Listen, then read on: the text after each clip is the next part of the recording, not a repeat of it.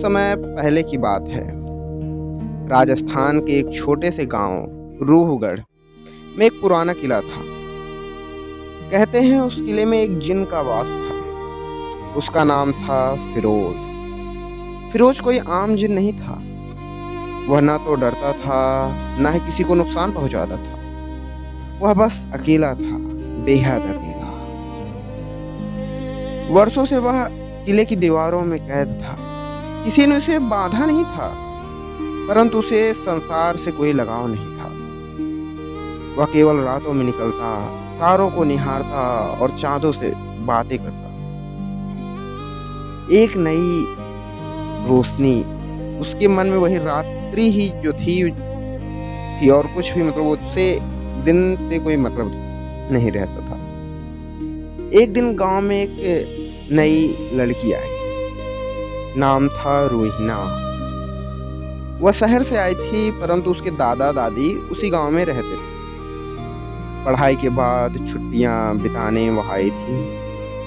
रोहिना को पुरानी इमारतों, कहानियों और रहस्यों से गहरा लगाव था। वह रोज किले के पास जाती, उसकी दीवारों को छूती, उसके इतिहास के बारे में कल्पना करती और अपने डायरी में कुछ न कुछ लिखती। फिरोज पहली बार उसे देखकर चौंक गया। उसकी आत्मा में कुछ हिला। सदियों बाद किसी इंसान की उपस्थिति उसे अच्छी लगी थी। रोहिना को कभी एहसास नहीं हुआ कि कोई उसे देख रहा है, लेकिन फिरोज हर रात उसे देखता, उसकी डायरी पढ़ता। हाँ, जिनों को पढ़ने की शक्ति होती है। उसने पढ़ा। कभी कभी लगता है कोई है जो इस खंडहर की दीवारों के पीछे छिपा है, पर मैं डरती नहीं। मुझे उसकी मौन उपस्थिति अच्छी लगती है। ये उसकी डायरी में लिखा था, रोहिना के। फिरोज मुस्कुराया। पहली बार किसी इंसान ने उसे बिना डरे स्वीकार किया था। एक दिन रोहिना किले में अकेली थी। अचानक हवा तेज चली और उसकी डायरी उड़ गिर गई। उड़कर मतलब दूर गिर गई। जैसे ही हुआ उसे उठाने दौड़ी, डायरी हवा में रुकी और खुद ब खुद उसकी ओर आने लगी।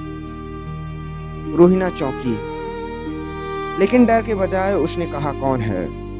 अगर कोई आत्मा है तो तुम्हारा शुक्रिया, मुझे डर नहीं लगता, ये रोहिना ने कहा उसे। उस रात फिरोज पहली बार प्रकट हुआ था। वह एक रोशनी के रूप में आया। न धुआं, न राक्षसी चेहरा, बस हल्की नीली चमक और मधुर आवाज। उस जिन ने कहा, मैं एक जिन हूं, उसने कहा, पर मैं वैसा नहीं जैसा कहानियों में बताया जाता है।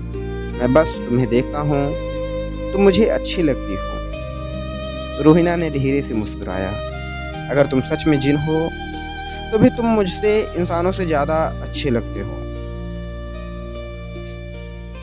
अब प्रेम का आरंभ होता है, उस जिन का और उस लड़की रोहिना का। इसके बाद हर रात उसकी मुलाकात होती। रोहिना उसे अपनी कविताएं सुनाती और फिरोज उसे सैकड़ों साल पुरानी रहस्यों और कहानियों के बारे में बताता। वो दोनों अलग थे, एक इंसान थी तो एक जिन था, फिर भी दिलों की भाषा एक थी। धीरे धीरे फिरोज को एहसास हुआ कि वह रोहिणी से प्रेम करने लगा है। रोहिना भी अब अपनी हर बात उससे कहती, उससे शेयर करती थी। उसका हर दिन अब उसी किले की ओर भागता था। एक दिन उसने कहा, क्या तुम्हारे पास भी दिल होता है?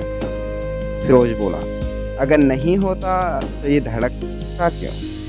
महसूस होती जब तुम मुस्कुराती हो। अब यहाँ पे दुनिया की सच्चाई बताई गई है। जैसे कृष्ण और राधा का प्रेम अधूरा सा रह गया, ये कह सकते हैं कि एक नहीं हुआ, वैसे यहाँ पे भी एक अलग सा मोड़ आया। वो था, देखिए, लेकिन हर प्रेम की राह में कांटे होते हैं। जैसा मैंने बताया, कोई ना कोई होता ही कुछ ना कुछ। गांव में एक पुराना तांत्रिक भैरव बाबा जान गया कि किले में जिन जाग गया है। उसे शक हुआ कि कोई लड़की उससे संपर्क में है। भैरव बाबा ने एक रात रोहिणा का पीछा किया। उसने देखा कि वह हवा से बात करती रहती है। उसने मंत्र पढ़े और अर्थात मंत्रों का जाप करना शुरू किया और फिरोज को बांधने की कोशिश की। अब जिन भी ताकतवर तो होगा ही कुछ ना कुछ। रोहिणा चीखी, नहीं, वो बुरा नहीं है, उसे मत बांधो। लेकिन तांत्रिक ने कहा, वह एक जिन है और जिन इंसानों से प्रेम नहीं कर सकते। यह अपवित्र है। उसने मंत्रों से एक गोल घेरे में फिरोज को कैद कर दिया। फिरोज ने रोहिणा की आंखों में देखा और कहा, अगर मेरा प्रेम अपवित्र है तो मैं मिट जाना पसंद करूंगा, लेकिन तुमसे दूर नहीं जाऊंगा। उसने अपनी शक्ति से खुद को मुक्त किया, लेकिन इसकी कीमत चुकानी पड़ी। उसकी आत्मा नष्ट होने लगी। जाते जाते उसने रोहिणा से कहा, मेरे प्रेम की याद रखना, शायद किसी जन्म में फिर मिले। और फिर वह रोशनी टूटकर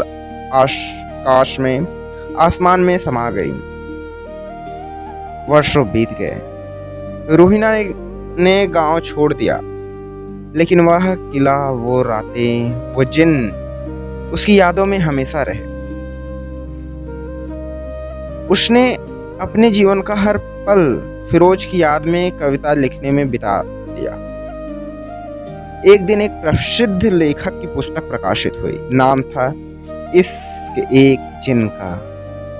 लोगों ने कहा, ये तो कहानी जैसी लगती है, पर रोहिणा जानती थी यह सिर्फ कहानी नहीं, यह उसका जीवन था।